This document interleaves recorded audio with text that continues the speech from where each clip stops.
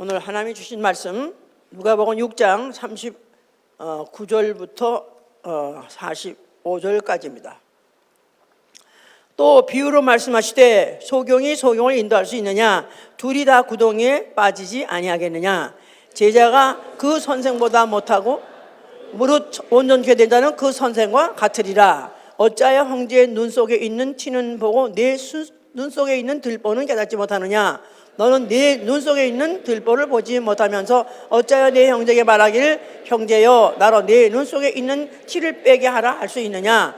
의식하는 자여 먼저 내 눈 속에서 들보를 빼어라. 그 후에야 내가 밝히고 보고 형제의 눈 속에 있는 티를 빼리라. 못된 열매 맺는 좋은 나무가 없고 또 좋은 열매 맺는 못된 나무가 없느니라. 나무는 각각 그 열매로 아나니 가시나무에서 무화과를 또 찔레에서 포도를 따지 못하느니라. 선한 사람은 그 마음에 쌓은 선에서 선을 내고 악한 자는 그 쌓은 선에서 악에서 그 마음에 있는 것을 입으로 말함이니라. 아멘. 하나님은 동일하신 분이다. 하나님은 동일하신 분이다. 하나님은 동일하신 분이다. 하나님은 어제나 오늘이나 영원토록 동일하시다 그 말입니다. 그의 존재도 동일하시고 그의 속성도 동일하시며 그의 말씀도 동일하시다고 베드로후서 3장 8절에도 또 히브리서 13장 8절에도 써 있습니다. 자, 우리의 신앙은 바로 이 사실을 믿는 것입니다. 하나님은 동일하신 분이시다. 변함이 없으신 분이시다. 이렇게 믿는 것이고 이렇게 믿음을 갖기 때문에 어떻게 하면 나도 그 하나님의 제자가 될까? 다시 말해서 그의 열매가 될까? 이것을 소원하는 거, 이게 바로 우리 신앙이에요. 이거 소원하십니까? 소원하는 것은 동기가 될 수 있고 그렇기 때문에 결과가 있어야 되겠죠? 생활이 있어야 되는 것입니다. 주님 다시 오실 때 그에게 그의 열매로서 데려감을 당하기 위해서 곡간에 데려감을 당하기 위해서 어찌하든지 처음 열매가 되려고 작정하시는 거예요. 주 예수 오실 때 데려가시는 첫 열매, 계속 14장 4절에도 처음 열매가 되려고 생활하는 것입니다. 오늘은 나 영혼 예수 그리스도의 열매에 대해서 말하는 것입니다. 열매, fruit, 열매는 나무의 결과물이에요. 나무의 작품이에요. 그 나무가 춥든지 덥든지 하여튼 눈이 오든지 비가 오든지 우뚝 서 있었었는데 그러면서 땅에서 수분과 진액을 다 뽑아 올려가지고 결국은 가지 저 끝까지 보내가지고 결국 생기는 거, 그러니까 나무로서의 작품이죠. 그런데 바로 이 나무가 맺은 그 열매라는 것은 결국 나무의 특성과 동일합니다. 나무의 특성과 씨, 나무, 열매 다 모든 동일하죠. 그 동일한 질을 갖고 있다. 단순 DNA가 같다 그 말이에요. 성서는 우리가 어떻게 봐야 성공적으로 볼 수 있냐면 굉장히 보수적입니다. 지나칠 정도로 보수적입니다.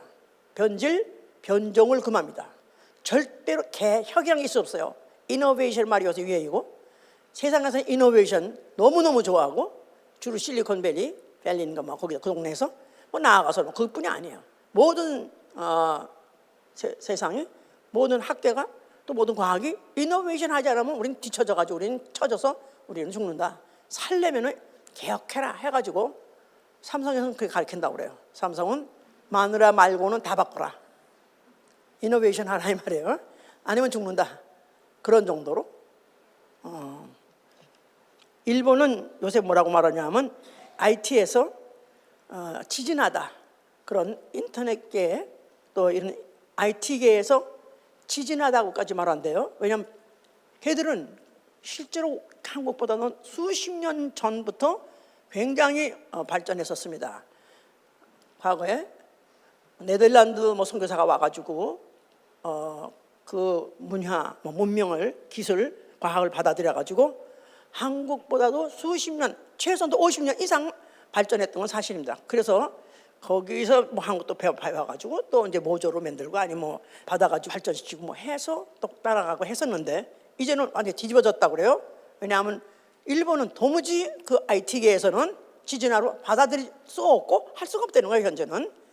왜 그러냐면 이 사람들이 그 보수적인 성격 때문에. 일본 내의 그 특수한 성품, 그 보수.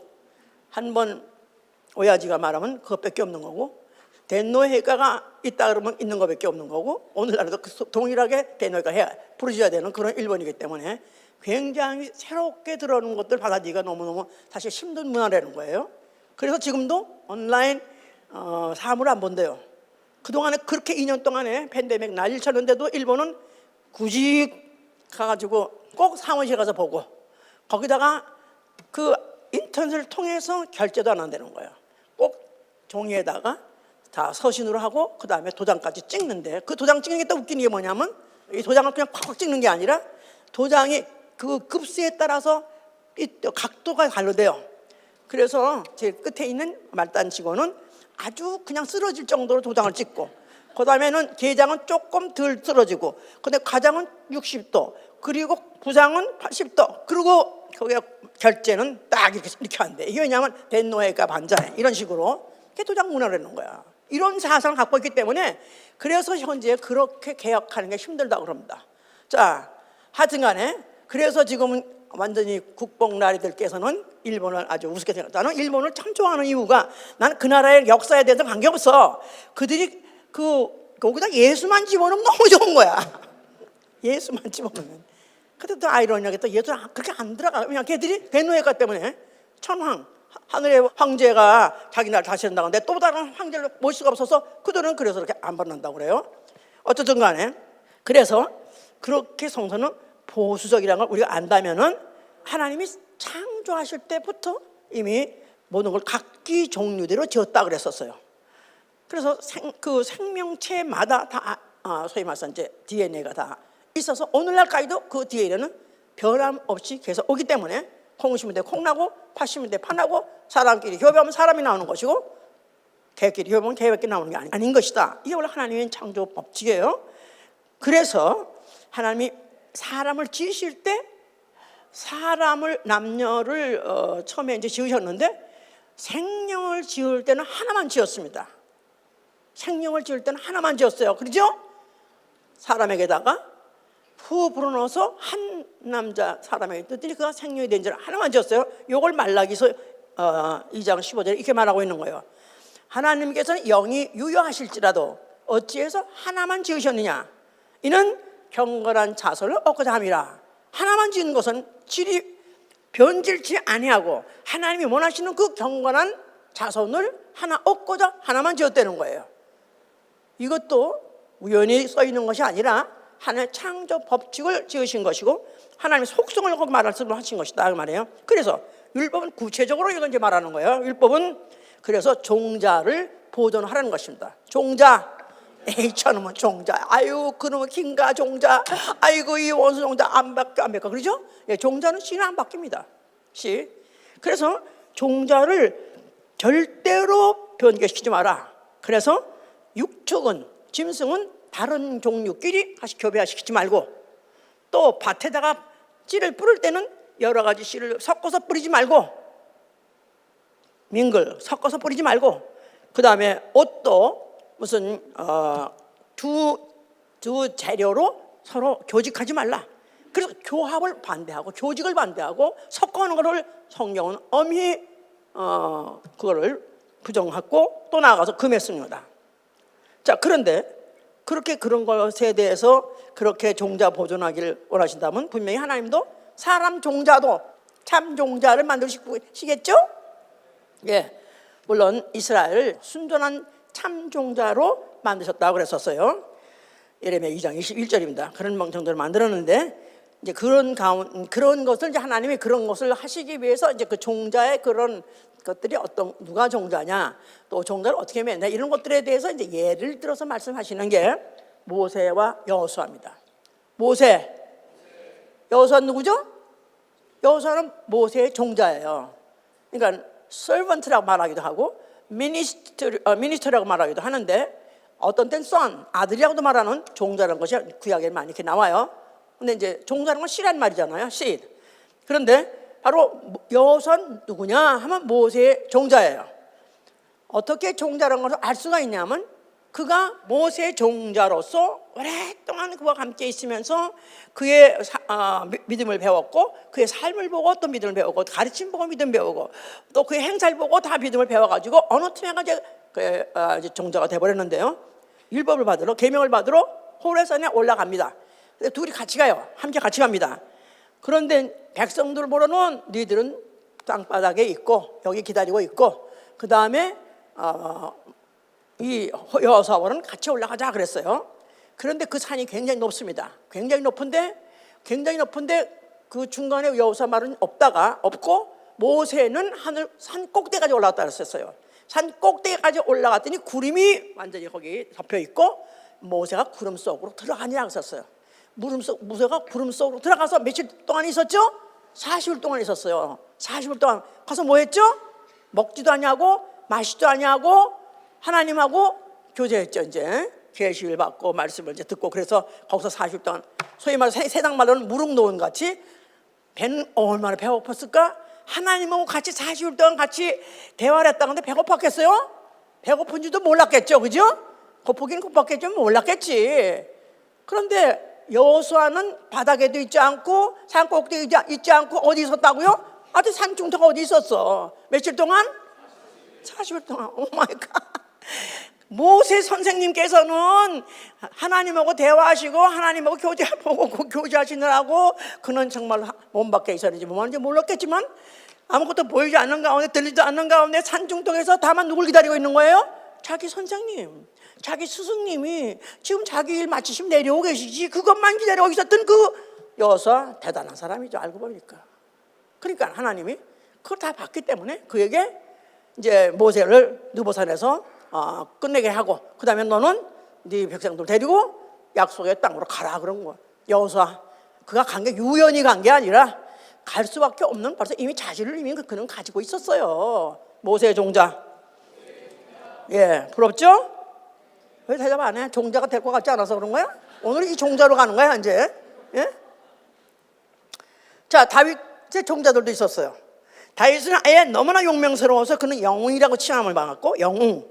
그런데 그 종자들도 굉장히 아주 용맹하더라 그랬었어요. 그렇기 때문에 다윗이 혼자 전쟁을 다 일으켜서 전승한 것이 아니라 그 종자들과 함께 그 전쟁을 일으켜서 그 나라를 세웠던 것이고 지켰던 것이죠. 자, 또 엘리야의 종자도 있습니다. 누구죠? 유명한 사람? 엘리사예요. 엘리사는 엘리사대로 돼가지만 그가 누구의 종이다? 엘리야의 종자입니다. 자, 그 소식을 들었어요. 감을 잡았어요. 오늘 우리 선생님 승선하신다. 오늘 우리 선생님 가시면 마지막이다. 그랬을 때 늘 함께 했었는데도 불구하고 이젠 정말로 한순간도 떨어질 수 없는 거라 같이 있어야 되는 거야. 그래서 엘리야가 가는 곳에 가래이가 찢어져서 따라갑니다. 뭐 길갈로 아니면 베델로 아니면 요셉을 막 엘리야는 휙 축지법을 써가지고 휙 날아가는데 이 엘리사는 가래이가 찢어져라고 따라가는 거야. 그러니까 어떤 사람들이 말하기를 오늘 선생님, 니네 선생님 올라가신다. 너는 어디 가려고 따라가고 이게 가래가 찢어져 따라가느냐? 그 말 시키지 마라. 나한테 말 시켜. 나는 간다면서 따라갑니다. 그런데 이제 정말로 선생님이 휙 하고 이제 하늘로 올라가시는 거야? 아니 올라가시려고 그러는 거야. 그러니까 너는 도대체 나를 따라서 뭐 하려고, 나한테 뭘 원하느냐 하고 엘리야가 물어봤더니 엘리사가 뭐라고 써요? 나는 선생님의 영감에 갑절을 구하나이다. 와우, 갑절이나니. 그래서 이걸 잘못 또 해석해가지고 어떤 사람들은 나도 목사님의 영감에 갑절을 받겠습니다. 내가 목사님 사명보다 내가 더 큰 사명 받겠습니다. 이런 사람은 나오는데 그거 아니고, 우리 선생님 너무 존경하는데 우리 선생님이 하던 일을 영감에 의해서 한다고 생각하는데 자기는 아무래도 선생님과 같이 똑같은 영감은 안 될 것 같아. 나는 다만 찔찔이 따라가는 존재니까, 겨우 따라가니까 선생님이 갑절 영감을 주옵소서 했는데 애니하고 그가 올라가면서 그의 겉옷을 던져줬다 그랬죠. 엘리야의 겉옷. 그걸 받아가지고 그가 뭐라 그랬죠? 자기가 딱 받아가지고 뭐라 했어요? 엘리야야 하나님은 어디 계시뇨? 엘리야 하나님 어디 계시뇨? 엘리야와 함께하던 영감이 나한테 왔으니, 두 갑절 왔으니 나도 얼마든지 할 수 있다 하면서 엘리야가 하던 그대로 그가 강을 갖다 탁탁탁 그 겉옷을 치니까 강이 갈라지더라. 할렐루야. 그걸 보고 있던 50인의 생도들이 또 있었어요. 젊은 생도들이, 그들이 그 물 건너온 엘리사 앞에 무릎을 꿇더라. 또 제자가 생긴 것이다 이 말이에요. 또 종자들이 나온 것이다 그 말이에요. 예? 자, 이런 역사를 갖고 있습니다. 그런데 이 이스라엘은 목이 고든 백성이기 때문에 잠시는 따라가다가도 어느 순간에 또 딴 짓을 하고 딴 길을 쳐다보면서 빗나간다 이 말이에요. 그래서 이제 선지자들이 막 경고를 하기 시작하죠. 그러면서 이제 이사야서에도 내가 너희를 순전한 참종자로 심었는데, 에레미야 1장 21절입니다. 너희를 순전한 참종자로 심었는데 행악의 종자가 나오면 어찌미뇨. 또 너희는 아예 범죄한 나라요 행악한 종자요 행위가 부패한 자식이니라. 이사야 1장 4절에도 그렇게 되어 있습니다. 그래서 이 이스라엘이 그런 역사를 갖고 있고 그런 종자들이 어쩌다가 계속해서 겨우 이제 연명을 해오고 겨우 줄지 오는데도 대부분의 모든 백성들은 아주 타락하고, 그뿐입니까? 제사장들이 타락을 했습니다. 그래서 말라기에 가서 보면은 제사장들을 막 질타하죠. 제사장들아, 하나님을 경외하고 하나님을 섬기는 것이 너희의 본분이거늘 너희 어찌해서 네가 하나님을 무시하며 너희가 타락해서 결국 백성들까지도 그렇게 결국은 타락을 시키느냐. 내가 너희의 종자를 견책하리라. 너희 종자, 그래서 제사장들의 종자, 제자 나아가서 자식들 너희 종자를 다 견책한다. 견책한다 말은 corrupt, 썩어버리게 하겠다 그 말이야. 부패하겠다 그 말이에요. 제사장들이 여호와 하나님을 무시하고 경외하지 않으니까 그럼 나는 너희 종자를 견책하겠다, 썩어버리게 하겠다. 그러면서 레위와 세운 언약을 파괴하리라 그랬었어요. 그러면서 너희가 그렇게 된다면 너희는 백성 앞에 멸시 천대를 받을 것이다. 제사장이라고 존중을 받고 섬김을 받았었지만 너희는 앞에서 이제 그야말로 거러지 아니면 쓰레기 같은 존재로 변질될 것이다 예언을 한 것이죠. 그런 중에서도 굉장히 어떤 소망이 있는, 나아가는 아주 그야말로 소위 말해서 아주 상당히 충격적인 그런 예언을 합니다. 에스겔 17장 보세요. 에스겔 17장 5절에 보면요, 또 그 땅의 종자를 취하여 옥토에 심되 쇠양버들까지처럼 큰 물가에 심더니 그것이 자라며 퍼져. 자, 거기까지 와서 거기까지 일단 보기 하고 그다음에 22절 보세요. 22절 나 주 여호와가 말하노라. 내가 또 백향목 옥대기에서 높은 가지를 취하여 심으리라. 내가 그 높은 새 가지 끝에서 연한 가지를 꺾고 높고 빼어난 산에 심되 이스라엘 높은 산에 심으리니 그 가지가 무성하고 열매를 맺어서 아름다운 백향목을 이룰 것이요 각양새가 그 아래 깃들이며 그 가지가 그늘에 거할지라. 이제 이거는 하나님의 의도요, 하나님의 경륜 중에서 중요한 이제 예언을 하시는 것이죠. 너희는 그렇게 부패하고 해서 이제는 너희들 기대하지 않는다. 그러나 내가 내 계획으로 어떻게 할 것이냐 하면은 하나님이 그 땅에서 종자를 취해서 옥토에 심을 것이다.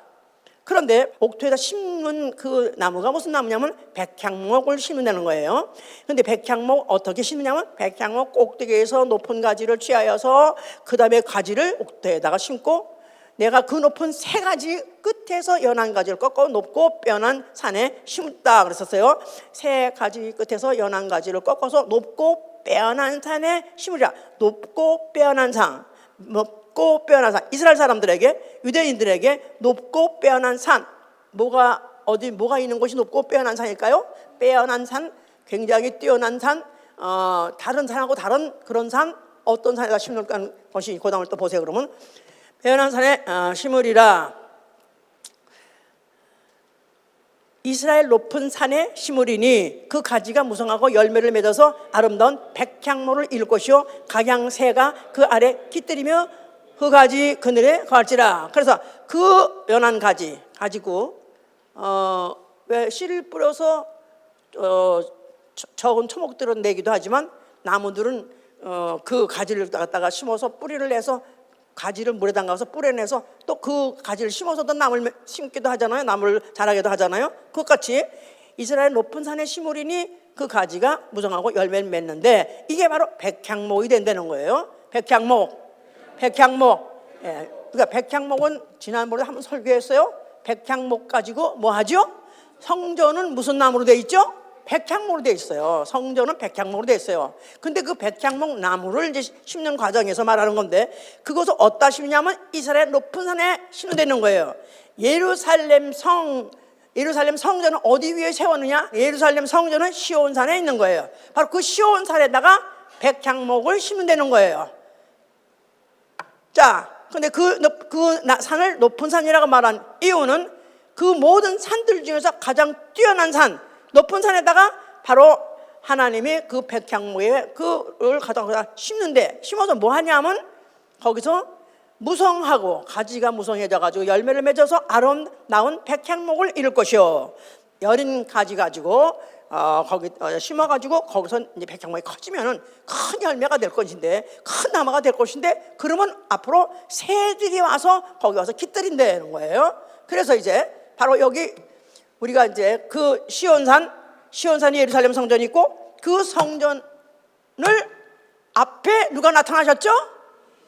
예수께서 나타나셨어요. 그러면서 성전을 향해서 뭐라고 말씀했어요? 이 성전을 헐어버리면 내가 더 큰 성전, 더 영원한 성전을 세우겠다. 그럴 때 성전은 자기의 몸 나아가서 그의 몸의 죽음과 부활을 말씀하셨다. 이걸 연결시켜야 된다 그 말이죠. 그 높은 산에다 세운 나무 백향목은 예수가 십자가에서 죽을 때 그 산 위에 바로 예루살렘은 그것이 내려다 보이는 산에서 죽으셨어요. 예수님이. 그래서 그 죽으시는 그때 그 심은 그 십자가 그것을 세우면 앞으로 그 나무가 백향목 하나님을 섬기는 나무가 될 것이고 성전이 될 것이고 또 그 그게 성전이 세워지게 되면 거기에 모든 각종 새들이 거기 와서 다 깃들어서 산다는 것입니다. 이걸 예언을 하신 거예요. 이제 자 예수께서 그러니까 당연히 그가 그 성전을 헐라 내가 다시 일으키라 뭐 그 말은 다시 해석을 한다면 이스라엘이란 나라 그 나라는 제사장 나라라고 이미 출애굽기 19장 16절에 말했죠. 제사장 나라 이게 바로 첫 언약이에요. 하나님과 이스라엘과 맺은 첫 언약은 너희는 나의 제사장 나라가 될 것이다 그랬거든요. 이제 그 언약은 그날 이제 내가 죽는 날에 그 언약은 파기가 되리라 그 말이에요. 그런데 내가 죽었다가 사흘 만에 일어나면은 나는 새로운 언약을 세울 것이다. 이스라엘이 아니라 누구하고? 이스라엘 제사장 나라가 아니라 누구하고? 모든 족속 영혼하고 언약을 세울 것이다 그 말이에요. 모든 족속 영혼. 그리고 새로 세우는 그 언약을 새 언약이라 말하는 거죠. 새 언약. 예. 그래서 이제 예수 그리스도가 이제 새 언약을 세우실 때 이제 그 세우시는 성전에서는 이제는 누구든지 예수 그리스도로 인해서 거룩해진 자는 거룩한 제사장이 될 것이다. 그래서 거룩한 제사장이 될 것이다. 예, 하여튼 좀 어렵지만 일단 깔아놓고 여기 그 다음에 이제 예수 그리스도 공생애를 시작하기 전에 먼저 침례 요한이 나왔어요. 침례 요한이 그가 광야에서 침례를 주기 시작하는데 그가 고래고래 소리 지르면서 회개하라 하고 함성을 지르니까 이제 하여튼 그때 알든지 모르든지 그때 무슨 바리새인도 갔고 사두개인고 하여튼 그런 사람들이 거기 광야로 나갔어요. 근데 이제 그가 침례를 주려고 하니까 그들도 침례를 무조건 바꿔보자. 무조건 급순 따고 보는 게 좋은 거야. 하여튼 저 사람이 범상한 사람 같지 않으니까 어쩜 하나님 보내신 선지자인 것 같기도 하니까 그가 말한 대로 하는 게 좋은 거야 해가지고 침례를 받으려 하니까 그때 침례원이 하는 말이 이 독사의 자식들아 너희들이 무슨 침례 받을 자격이 있다고 아니 너희들이 침례가 뭔지는 알고 봐도 그러면서 너희가 속으로 아브라함 자손이라고 생각하지 마라. 나아가서는 우리 조상이 아브라함이라고 생각하지 마라. 너희는 아브라함의 자손. 이 시대는 이미 끝났고 이제 내가 너희에게 이제 말하는 것은 새로운 시대가 오는데 그 시대에 맞는 백성이 되기 위해서는 회개에 합당한 열매를 맺어서 회개에 합당한 열매 맺으라. 이게 지금 마태복음 3장에 있는 얘기 아시죠? 내가 네 속으로 아브라함 자손하지 말라. 내가 회개에 합당한 열매를 맺지 않고는 넌 결단코 앞으로 오는 그 진로의 날을 피할 수 없다 하면서 그가 이제 말하는 게 뭐랬냐면은 누가복음 3장 16절 17절 보세요. 누가복음 그 앞에 먼저 읽읍시다. 그 앞에 백성들이 바라고 기다리므로 모든 사람들이 요한을 혹 그리스도이신가 심중에 의논하니 요한이 모든 사람에게 대답하여 가로되 나는 물로 너에게 침례를 주거니와 나보다 능력이 많으신 이가 오시나니 나는 그 신들매를 풀기도 감당치 못하겠노라. 그는 성령과 불로 너희에게 침례를 주실 것이요 손에 키를 들고 자기의 타작마당을 정하게 하사 알고 온 모아 꽃간에 드리고 쭉정이는 꺼지지 않는 불에 태우시리라. 예수가 이제 아직 공생이 이제 시작하기 전에 딴 데서 침례도 주고 뭐 하시는 그런 때죠.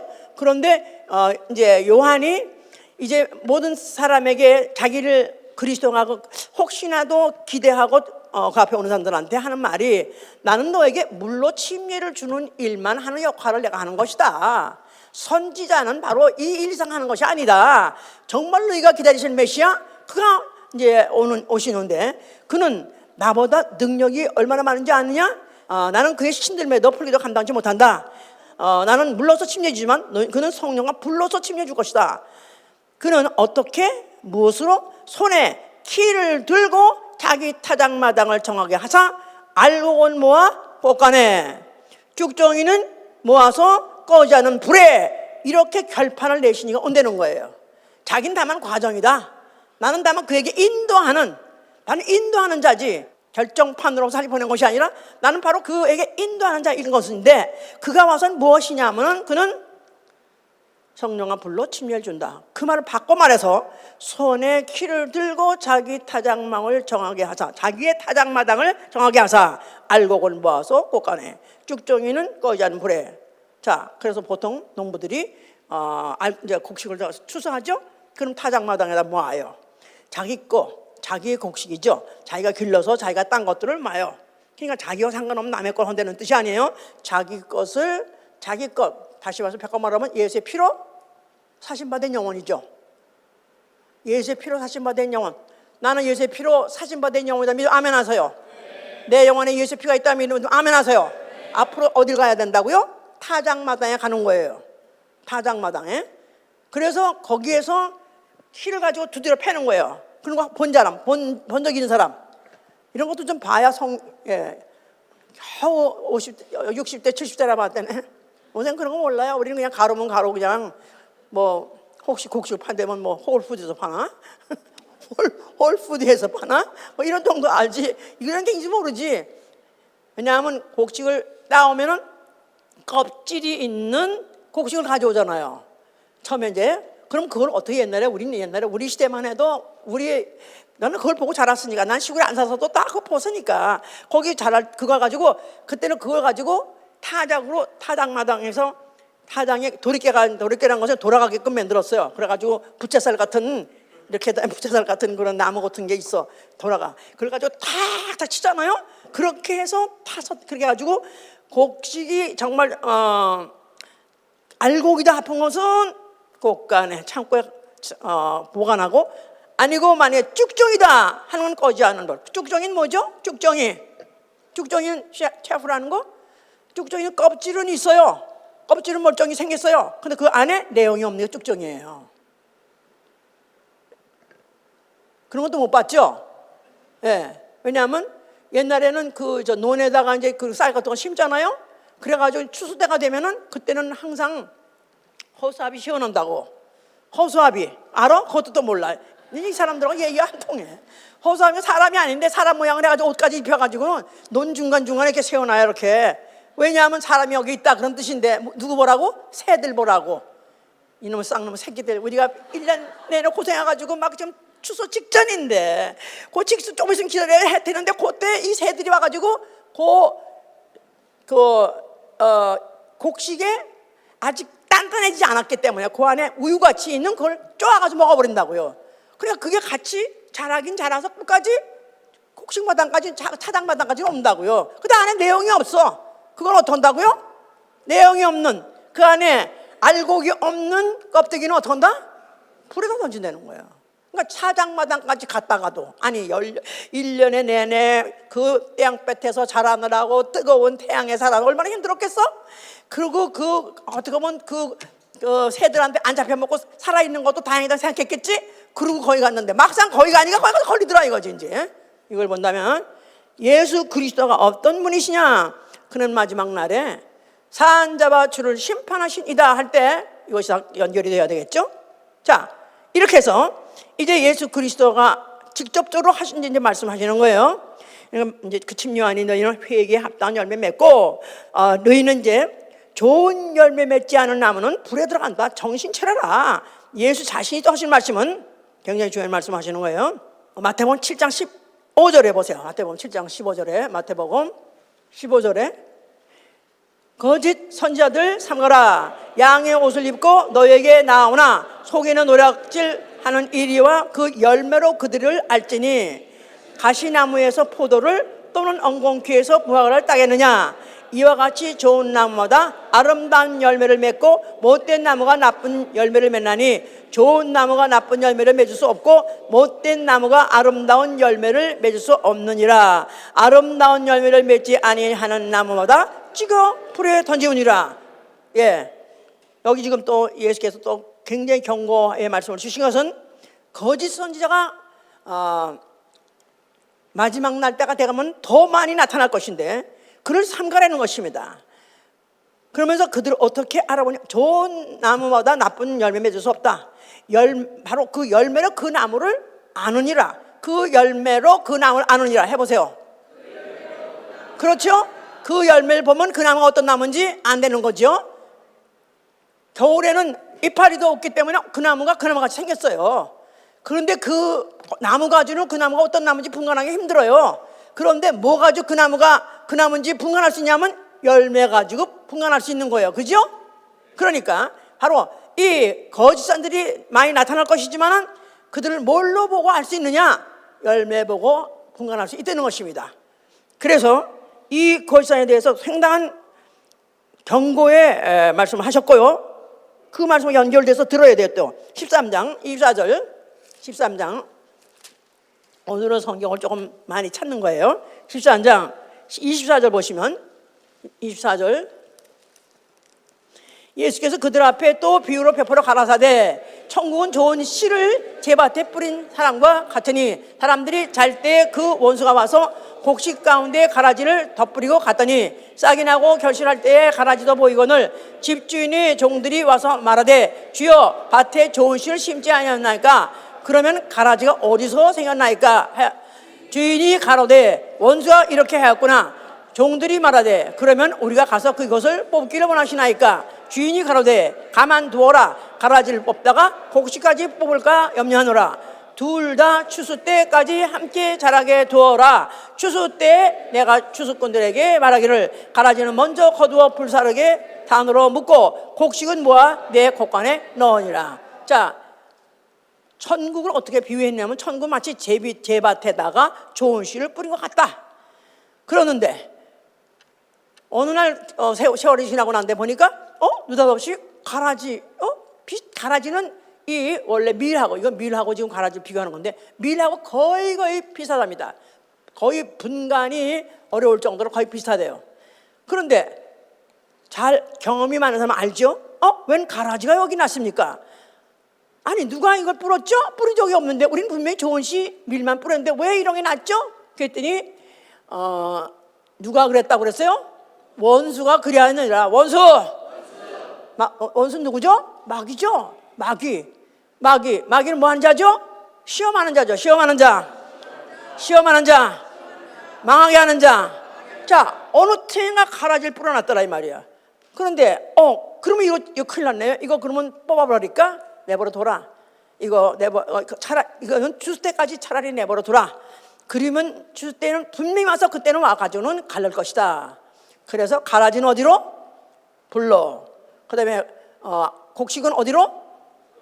곡간으로. 그렇게 거짓 선자를 삼가라는 말이나 가라지라는 말이나 똑같은 말이에요. 가라지. 다시 말해서 하나님 뿌린 씨가 아닌 참 참종자가 아닌 거짓된 것이 뿌려진 거, 이걸 이제 나온 것이 이제 결론은 이제 가라지라는 것인데, 이것에 대해서 너희 조심하라, 주의하라, 이렇게 이제 말씀하셨어요. 그리고 그는 그 일을 다 이제 하시고 그 일을 다 하실 때가 됐기 때문에 이제 그는 제자가 배반하고 그를 잡아서 넘겨주려 했을 때 반항하지 않고 그는 잡혀가셨습니다. 그러면서 십자가에서 바로 그 뛰어난 산, 바로 그 높은 산, 그 산 턱에 있는 바로 십자가에서 달려서 죽으시면서 뭐라고 말씀하셨어요? 자, 그럼 오늘은 무엇을 다 이뤘다고 말해야 되겠죠? 오늘은 뭐에 대한 말을 하고 있다고 내가 지금? 종자에 대해서 말하고 있는 거예요. 자, 예수 그리스도께서 십자가에서 죽으시면서 그는 누구시냐? 그는 좋은 씨로서 좋은 나무를 심은 것이고 그는 그 좋은 열매를 맺으시려고 죽으신 것이다, 그 말이에요. 아멘. 참종자. 누가 참종자예요? 예수가 참종자예요. 왜 참종자예요? 그는 태초에 어디 계신 분이에요? 그는 어디 계셨던 분이에요? 하늘에 계신 분이요, 아버지 품속에 계신 분이에요. 아버지 품속. 아버지가 참되신이시고 아버지는 영원부터 영원까지 동일한 분이세요. 본이세요. 지리에 변질이 없는 분이에요. 그 속에서 아들이 나왔으니 그가 참이요, 바로 그가 참종자다, 그 말이에요. 그래서 그 종자를 그가 십자가에서 죽으시면서 그가 그 씨를 뿌리신 그 뿌려서 맺는 그 나무, 뿌려서 그 맺는 나무, 그 나무에서 죽으시면서 결국은 그 참종자를 심으시고 참종자도 나무를 세우신 것에서 결국은 거기서 많은 열매를 얻으려 하시는 것이고, 나아가서는 많은 새가 와서 깃들이게 하시려는 말이 바로 거기에 이제 포함된 말이죠. 그래서 마태복음 13장 32절에 그런 비유가 있는 거예요. 천국은 마치 자기 밭에다가 뿌린 겨자씨 한 알 같으니 얘기했었어요. 자기 밭, 겨자씨 한 알. 이 모든 인류가 하나님이 지으신 영혼들이기 때문에 그들을 위해서 하나님이 겨자씨 하나를 밭에다 뿌렸다. 겨자씨를 뿌렸다 이 말이에요. 모든 영혼들, 모든 족속 영혼들, 그들을 에게 밭으로 해서 겨자씨 하나를 뿌렸다 이 말이에요. 그런데 그 씨는 모든 씨보다 작은 씨로 돼 자란 후에는 큰 나무가 돼서 새들이 깃들이라는 말을 마태복음 13장에 있는 말, 먼저 그 예언서에 있던 말하고 똑같은 내용을 똑같이 지금 여기서 신약에서 반복하고 있는 거죠. 자, 그는 그래서 그렇게 해서 한 알에 밀려서 땅에 떨어 죽으시는 것은 많은 열매 있기 위하여, 많은 열매를 아버지께 드리기 위해서 죽으신 것이고, 그 죽음을 통해서 가라지 뿌린 마귀는 심판하신 것이고, 또 그의 죽으신 것 인류를 속죄하시고 그 피를 씨같이 뿌렸어요. 그래서 핏뿌림이라고 그래요. 핏뿌림, 씨같이 뿌렸다 이 말이에요. 누구한테 뿌렸어요? 인류에게 뿌렸어요. 그런데 그 피가 떨어진 영혼을 뭐라고 말해요? 나 영혼, 예수의 피로서 거듭난 나 영혼. 그렇죠? 그 영혼으로 하여금 하나님이 원하시는 동일한 열매가 되게 하기 위해서 그가 뿌리신 것이다 이 말이에요. 자, 그래서 이제 여기서 우리가 이제 잘 또 들어야 될 것은, 자, 이제 예수께서 십자가에서 죽으시고 부활하셔서 그는 뭐가 되냐면 부활의 첫 열매가 됐다고 말하고 있어요. 부활의 첫 열매. 오늘은 성경을 좀 많이 찾아야 돼요. 자, 부활의 첫 열매, 고린도전서 15장 22절 보세요. 아담 안에서 모든 사람이 죽은 것 같이 그리스도 안에서 모든 사람이 삶을 얻으리라. 그러나 각각 자기 차례대로 되려니 먼저는 첫 열매인 그리스도요, 다음에는 그리스도 강림하실 때에 그에게 붙은 자요, 그 후에는 나중이니 저가 모든 정사와 모든 권세와 능력을 멸하시고 나를 아버지 하나님께 바칠 때라. 자, 예수 그리스도가 부활하셨는데 그 부활을 첫째 부활 나가서 첫 열매, 부활의 첫 열매라고 말하는 거예요. 그 이전에 죽었던 사람이 살아난 적이 많이 있어요. 구약시대도 있었고 예수님 당시도 있었어요. 그랬는데 바로 예수가 죽었다가 부활한 걸 부활의 첫 열매라고 말하기 때문에 질이 다른 부활이죠. 예수 이전에 잘 들으세요. 이제부터 이제 중요하니까 잘 들으세요. 예수 이전에 죽었다가 산 사람들 꽤 있죠? 구약시대도 있었고 신약시대도 있었고 예수님 당시도 있었고. 근데 그런 사람들은 부활이라고 말하지 않는 거예요. 근데 예수님이 죽었다가 부활한 것을 부활의 첫 열매라고 말하는 것은 구약 때 죽었던 사람, 예수 이전에 죽었다가 부활한 사람들은 육체의 부활이에요. 육체의 부활. 육체의 부활이기 때문에 원래 육체가 뭐로 되어 있죠? 흙으로 되어 있어요. 그래서 다시 살았다 할지라도 여전히 흙의 몸이에요. 그러니까 앞으로 어떻게 돼요? 또 죽어서 없어지는 것이다 이 말이에요. 그런데 예수님은 죽었다가 부활하는데 그것을 부활의 첫 열매라 한 것은 전혀 다른, 질이 다른 부활이다 이 말이에요. 영의 몸의 부활, spiritual body다 이 말이에요. 영적 몸으로의 부활이다 이 말이에요. 아멘. 영원히 죽지 않은 몸, 영의 몸, 영의 몸으로 부활하신 것이다 이 말이에요. 그러니까 죽었다가 부활하시면서 죽을 때도 그 몸은 무슨 몸이에요? 말씀이 육신이 돼요. 말씀이 육신이 돼요. 말씀이 육신이 돼요. 그 몸은 뭐예요? 영이에요. 영이에요. 그죠? 근데 죽었다가 부활하는 똑같은 영의 몸? 근데 그 사이에 무슨 사건이 생겼어요? 그 몸은 원래 말씀이 육신으로 영이신데 영의 몸으로 오셨지만 인자로 오셨었다는 사실을 잊으면 안 된다 이 말이에요. 인자란 말은 거기에 뭐가 내포되어 있냐? 사람이 내포되어 있고 사람 안에는 뭐가 사람의 육체 나아가서는 죽음이 내포되어 있는 뜻이다 이 말이에요. 인자. 씨는 어떻게 돼야지 새로운 생명체가 나오죠? 씨는 죽어야 새로운 생명체가 나온다 이 말이에요. 그러니까 인자, 씨 똑같은 말이에요. 그래서 그가 죽었다가 부활했기 때문에 이제 거기서 나온 영의 몸은 예수님이 인자로 왔던 몸하고 또 다른 몸입니다 이 말이야. 같은 분이시지만 또 질이 다르다 그 말이에요. 죄나 사망이란 전혀 무관한 몸이시다 그 말이에요. 그러면서 다음에는 또 그 다음에 차례가 있다는 거예요. 그 다음에는 그리스도 강림하실 때에게 그게 붙은 자라는 거예요. 그리스도 강림하실 때 그에게 붙은 자, 예수 그리스도 재림을 믿으면 아멘 하세요. 무슨 사건이라는 거죠? 그때 첫째 부활 예수님이 부활하신 그 몸과 같이 영의 몸으로 부활하실 때 다시는 죄와 사망과 전혀 관계없는 몸으로, 신령한 몸으로 부활할 것이니 누구냐면 성도들 중에서, 믿는다고 하는 자들 중에서 첫째 부활이 있을 것이다 이 말이에요. 계시록 20장에는 그걸 첫째 부활이라고 말해요. 첫째 부활. 예수는 부활의 첫 열매. 그리고 이때 그 후에 예수 강림하실 때 이 세상에서 부활이라는 사건이 일어나는데 그 사건이 어디까지 파급되냐 하면 공중까지 올라온다 이 말이에요.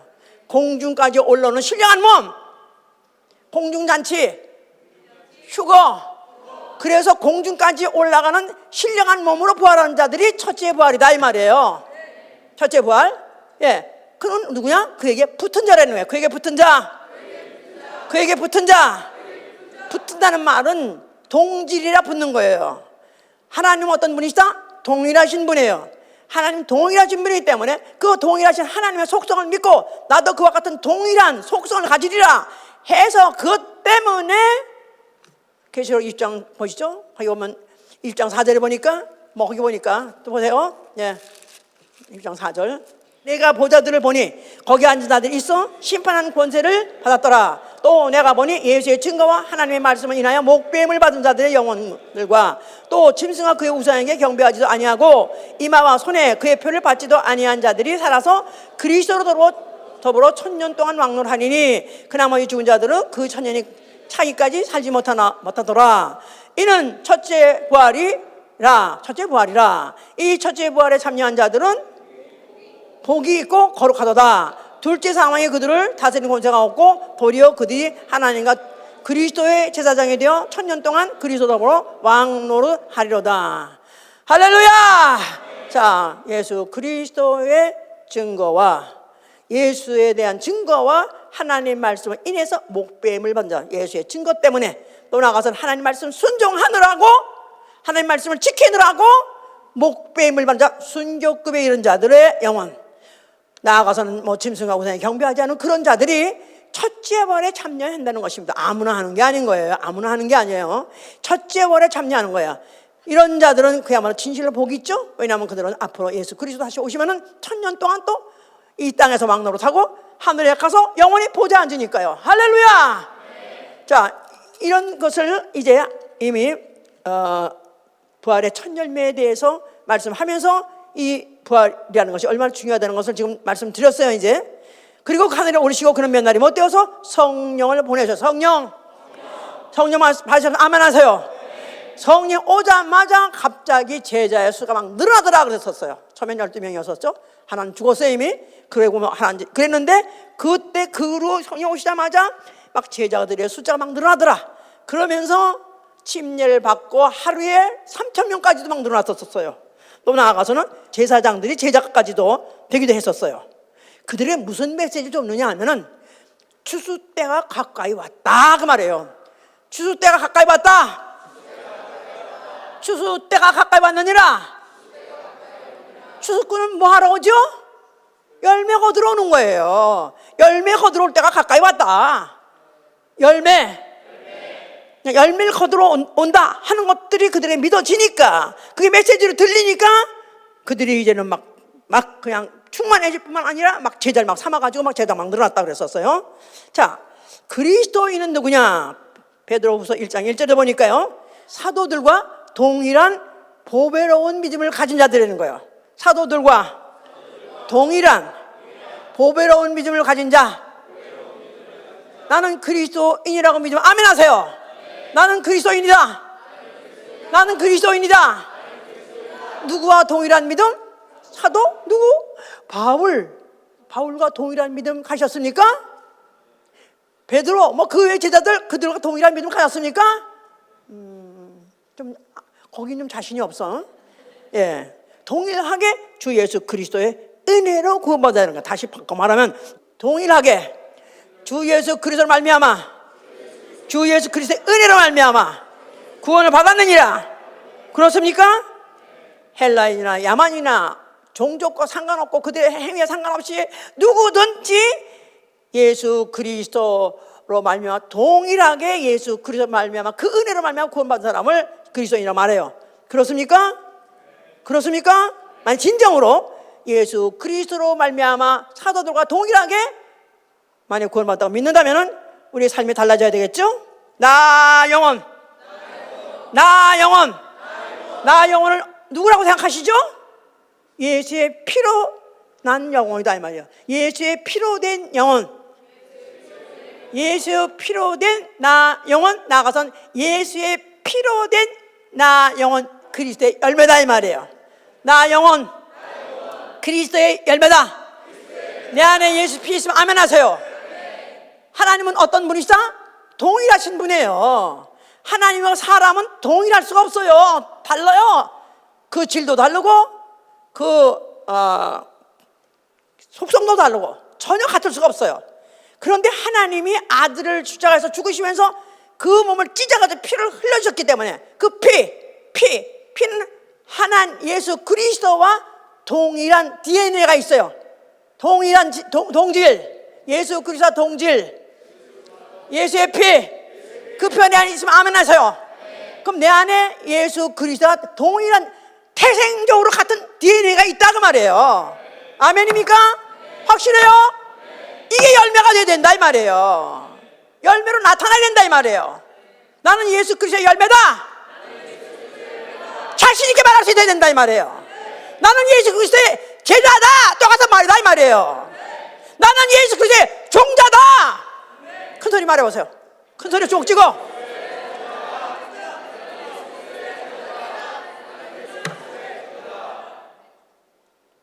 나를 보면 예수 그리스도가 이 땅에 오셨다가 죽었다가 부활했다가 이 땅에서 하늘로 오르셨다, 이것을 내가 보여줄 수 있는 나는 열매다 이 말이에요. 나 열매는 뭐랬죠? 나무의 작품이에요. 나무가 있음으로 인해서 생겨난 작품이다 이 말이에요. 나를 보면 예수 그리스도 그 말은 들었는데 그가 이 땅에 오셨다가 십자가에 죽었다가 부활했다더니 정말 부활했나 보네. 그거를 내가 보여줄 수 있는 동질의 믿음과 동질의 삶을 갖고 있어야 된다 그 말이에요. 나는 이 사실에 대해서 얼마나 감격스러운지. 하나님과 나 사이는 저 바다가 정도가 아니라 이 광활한 우주 정도가 아니라 질적으로도 동일할 수가 없는 거예요. 영원히 같을 수가 없는 거야. 그런데 이 둘 이질을 예수의 피로써 한질 동질이 만들어줬다 이 말이에요. 그런데 내가 만약에 이 안에 예수의 피가 있다면, 내가 만약에 그런 내 DNA가 있다면 당연하게 열매로 나타나야 되지 않겠어요? 그 열매로 나무로 아느니라 그랬으니까, 그 열매로 나무로 아느니라. 그러니까 뭐 감람나무에서 또 포도를 딸 수 없는 것 같이, 내가 만약 예수의 피로서 난 열매라면은 나는 내 열매 가지고 내가 어느 나무 출신이라는 것을 말할 수 있었고, 그걸 증거해야 된다고 말해요. 아멘. 그러니까 예수 그리스도가 이 땅에 하늘에서 오셨다가 그리고 하늘로 돌아가셨다.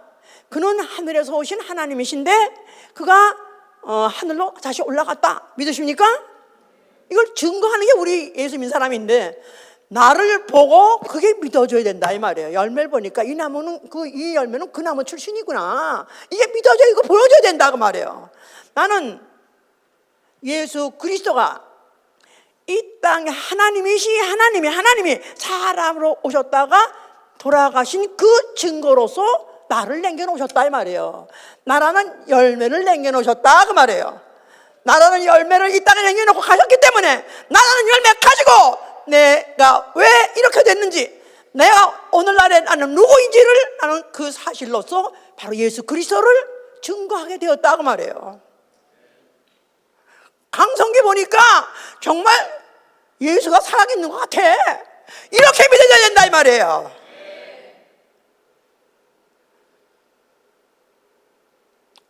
왜 성령이 오시자마자 그들이 급속도로 전도했고, 전도를 받는 사람들이 모두가 그 극형을 마다하고 그들이 죽임을 마다하고도 그들이 예수를 증거하다 결국 죽었느냐면 열매가 되려고요.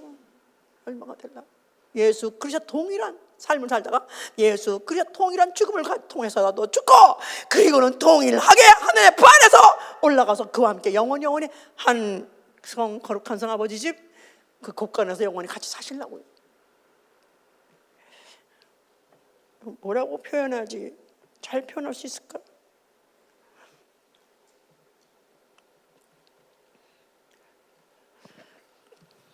그래서 우리는 거룩함에 이르는 열매를 맺어야 되는 거예요. 거룩함에 이르는 열매, 다시 말해서 성령의 열매를 맺어야 돼요. 사랑과 희락과 화평과 오래 참음과 자비와 양선과 충성과 온유와 절제. 그렇습니다.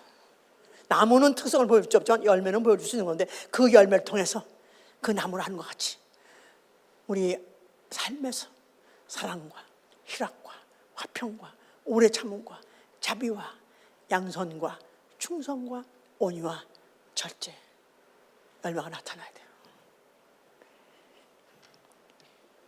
그러므로 우리는 정과 욕심을 십자가에 못 박았느니라.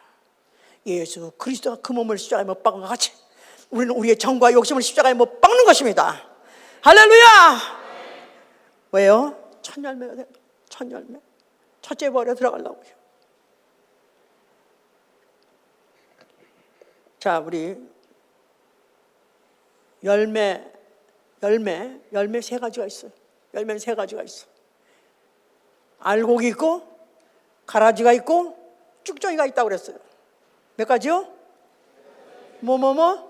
알곡이 있고, 가라지가 있고, 쭉정이가 있고. 알곡은 바로 예수 그리스도 동질의 믿음과 동질의 삶을 가지는 게 바로 알곡이고, 가라지는 뭐라고요? 이건 다른 종자가 달라. 이단이에요. 이건 전혀 예수와 관계없는 거짓 선자들에 속아가지고 주여 하나 전혀 관계없는, 그 진리와 전혀 관계없는, 진리 말씀 관계없는, 진리로 세운 교회와 상관없는 그런 자들, 이거는 가라지요. 가라지가 불사름 받는 거 당연해요? 안 당연해요? 당연하죠. 예수 그리스도의 본질도 모르고 예수 그리스도가 누구신지도 모르고 그게 하신 일도 모르고 그걸 또 다른 그리스도 뭐 다른 보고 뭐 이런 자들은 마땅히 벌 받아야 되는 거죠. 근데 쭉정이 뭐죠? 같은 나무에 붙어 있었어요. 같은 나무에 붙어 있었고 또 어쩌면 얼추 그 안에 거의 알곡이 되려고 했을런지 몰라요. 근데 새가 와서 먹어버렸다 이거야. 그런 말이 껍질만 남았어. 저 아시죠? 모두 그 열매, 과실이 썩을 때 어디부터 썩죠? 껍질이 썩어요? 속이 썩어요? 이상하게 껍질은 질겨서 그런지 하여튼 간에 형태를 마지막까지 잘 가지고 있는데 속이 제일 먼저 썩더라고. 그러니까 만약에 우리가 주여 하고 교회를 다니고 나름대로 11조도 하고 성수주도 하고 뭐 하는 대로 어느 때가 했는데 만약에 쭉정이면 어떡하냐 이거야. 파장까지 갔는데 거기서 만약에 쭉정이를 판명되면 어떡하냐 이거야. 지로 그러잖아요.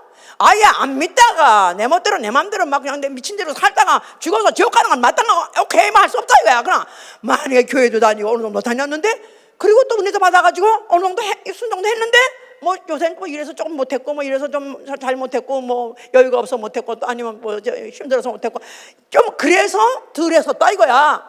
그랬는데 그게 쭉정이라고 판결된다면 어떡하냐 이거 오늘 너무 중요한 설교예요. 하나님이 원하시니 뭐냐면 열매를 원하시는 거예요. 예수 그리스도가 그가 참종자라서 그가 부활의 첫 열매 된 것 같이 첫 열매 된 것 같이 너희도 첫 열매 되라 그 말이에요. 첫 열매로 들어오라 이거예요. 아멘. 어떻게 해야 돼요? 그러니까 열매 되려면 믿음을 지켜야 되겠죠? 믿음을 지켜야 돼요. 나는 내 믿음을 지키리라. 나는 뭐가 되려고요? 열매가 돼야 돼. 참 열매, 첫 열매 되려고요. 그러려니까 믿음을 지켜야 돼요.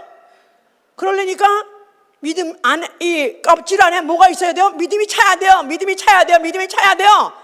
근데 그 믿음이 찬된 말은 믿음 뭐죠? 이걸 곧 순종이다 그 말이에요. 이에 대해서 이해가 없으시겠죠?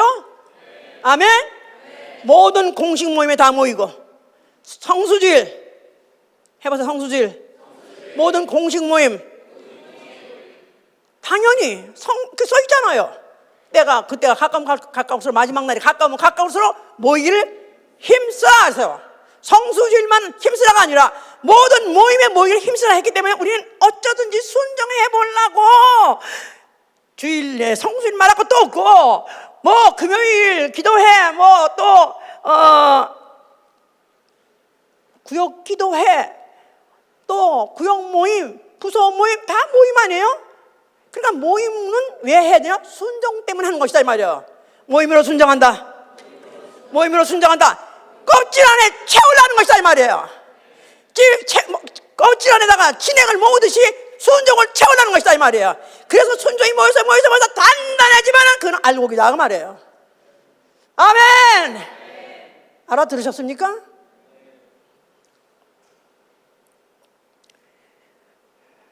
자, 그분이 알곡을 좋아하시는 이유. 왜 알곡을 좋아하실까요? 알곡에는 뭐가 있어요? 씨가 있어요. 씨가 있어요. 그 다음 세대, 차세대 씨가 나와요 거기서.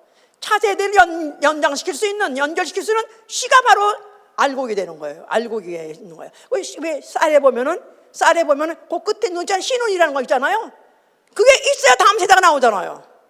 내가 알곡이 될 이유는 나로 말미암아 동일한 믿음을 가진 사람이 나와야 되기 때문에 그런 것이다 이 말이에요. 아멘. 믿음을 적당히 할 수 없는 것은 나는 알곡으로서 주님 오실 때 곳간에 가야 돼요. 주님 나라 가야 돼요. 아버지 집으로 가야 돼요. 그럴래니까 알곡이 되어야 되고 알곡 있는 것을 나의 생활 통해서 증거하는 것입니다. 나의 증거를 통해서 증거하는 것이다 그 말이에요. 그러므로 인해서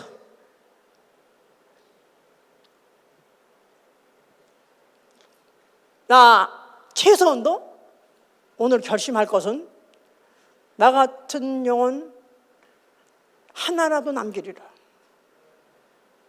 이게 알곡이에요. 나 같은 영혼 하나라도 남기리라. 저는 과거에 본교에 있을 때, 한국에 있을 때 남편이 이제 미국에 오라고 난리를 치고 어쩌고저쩌고 해서 목사님이 이제 할 수 없이 보낼 수밖에 없어요. 가족이 이제 합류를 해야 되니까. 그러니까 목사님 날 보고 뭐래냐면 강주사 가는 건 할 수 없지만 가기 전에 강주사 똑같은 사람 하나 남겨놔 그러더라고. 강집사 똑같은 사람 하나만 남겨놓고 가라고. 난 그래서 아멘 하고는 그때부터 어떻게 하면 나같이 미친 여자를 하나 만들어 놓는가. 예수 미치게 강집사 못 말려. 이런 걸 어떻게 하면 하나 만들까 해가지고 그래서 막 전도하고 그냥 가르치고 가사하게 해가지고 하나를 만들어 놓으려고 했는데 하여튼 간에 그래서 번영을 받았습니다. 근데 그때 하여튼 가르침을 받은 자 중에서 지금도 그 믿음을 동일하게 갖고 있는 사람들이 있긴 있어서 물론 할렐루야 감사합니다. 오늘날에도 제가 내게 주신 영혼들, 이 귀한 영혼들, 지옥이나 아니면 천당 가는 이 영혼들을 어떻게 해야 불태움을 받는 지옥까지 아니하고 아버지 집에 갈까? 그것밖에 염려하는 게 없어요. 어떻게 하면 나 같은 사람 하나 만드나?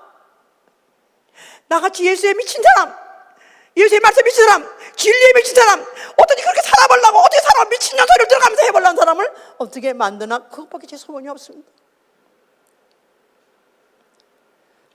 최선도 하나만이라도 나가 사람.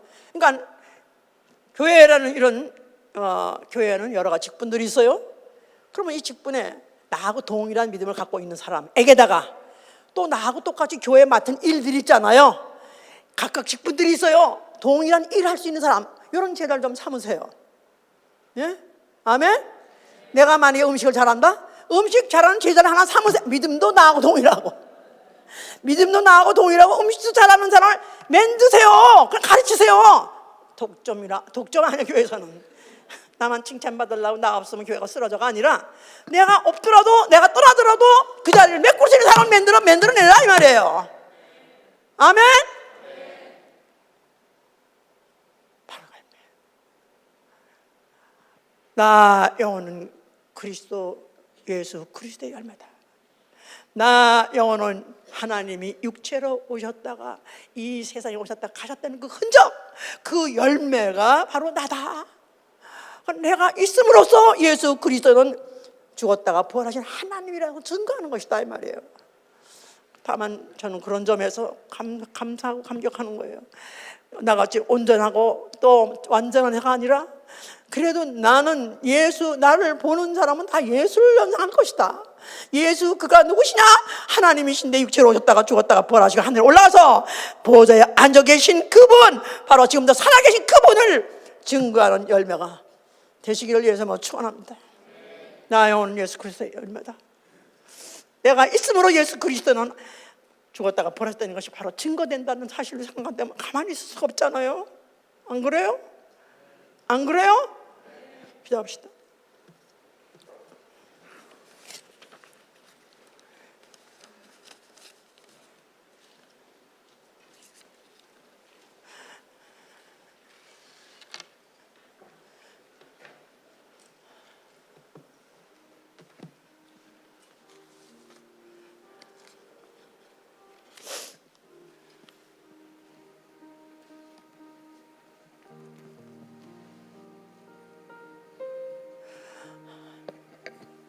나는 과연 예수 그리스도 참 포도나무의 그 자랑스러운 열매인가?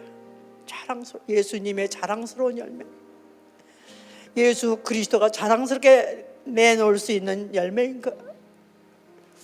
누구에게나 어디서나 언제서나 바로 이를 보라. 바울이 그런 사람이에요. 바울은 예수를 본 적도 없지만 성령 받고 난 다음에 바로 그가 예수 그저 알고 난 다음부터 그의 완전히 인생이 바뀌었습니다.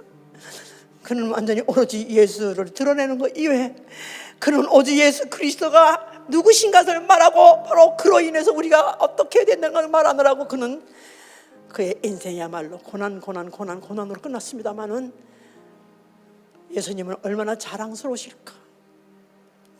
바로 이가 내 제자니라, 바로 네가 나의 열매니라. 우리도 같은 동일한 성령 받고 그렇게 돼야 되지 않겠어요? 정말로 다시 한번 예수 그리스도 앞에 나 정말 주님의 자랑스러운 열매 되게 하여 주시옵소서. 기도합니다.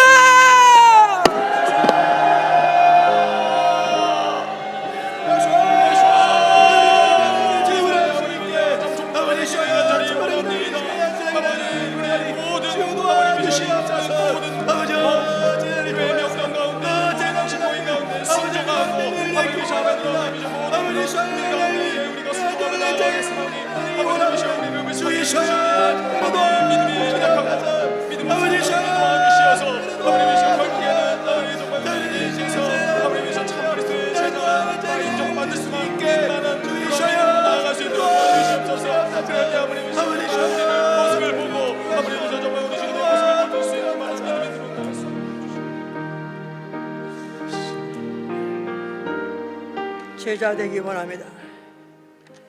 제자 되기 원합니다. 진심으로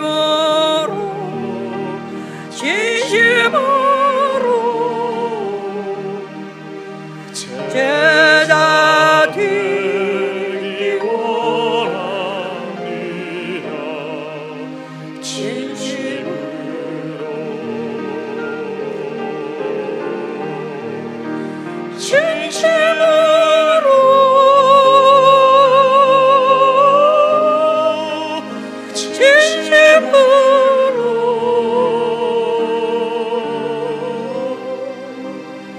제자 되기 원합니다. 진심으로 열매 되기 원합니다. 열매 되기 원합니다.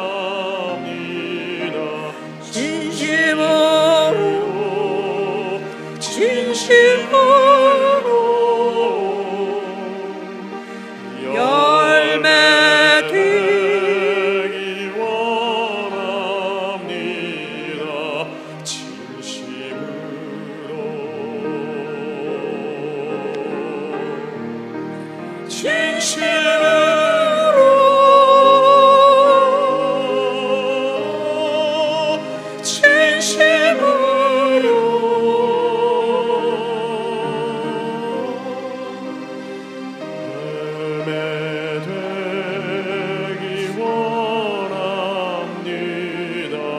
진심으로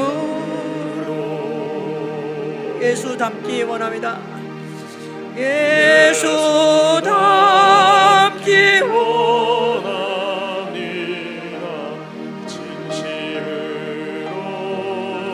진심으로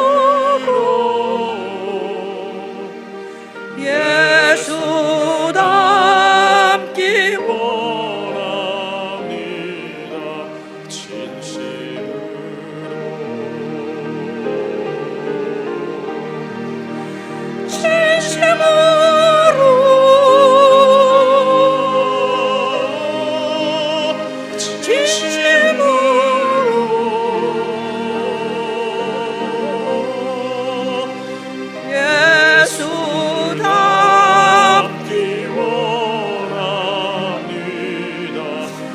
자, 눈을 감고 가슴에다 두 손을 모으세요. 이건 진심으로 나의 소원입니다. 진심으로 나의 소원입니다.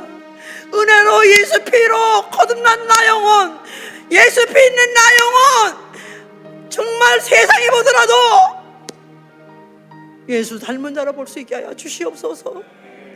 다시 한번 기도합니다.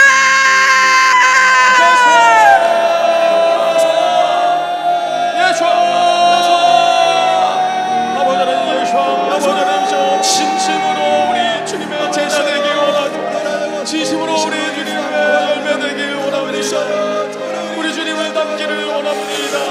아버지 하나님, 우리도 연약하지만 아버지 우리 마음 진심으로 우리 주님의 참된 자가 되기를 원하오니 아버지 주님의 믿음의 연약함을 도와주시옵소서. 아버지 우리 오늘 예배 가운데 들은 말씀이 아버지 우리 영혼 가운데 아버지 아버지님이셔 모든 마음으로 아버지님이셔 생명으로 아버지님 되어서 아버지님이셔 우리 반드시 모든 아버지님이셔 정말 주님의 말씀 거룩하신 그 명령에 우리가 순종함으로 참 그리스도의 제자 참 그리스도의 열매가 또 알곡으로 아버지님이셔 나아가기를 원하오니 주 아버지 도와주시옵시고 축복하여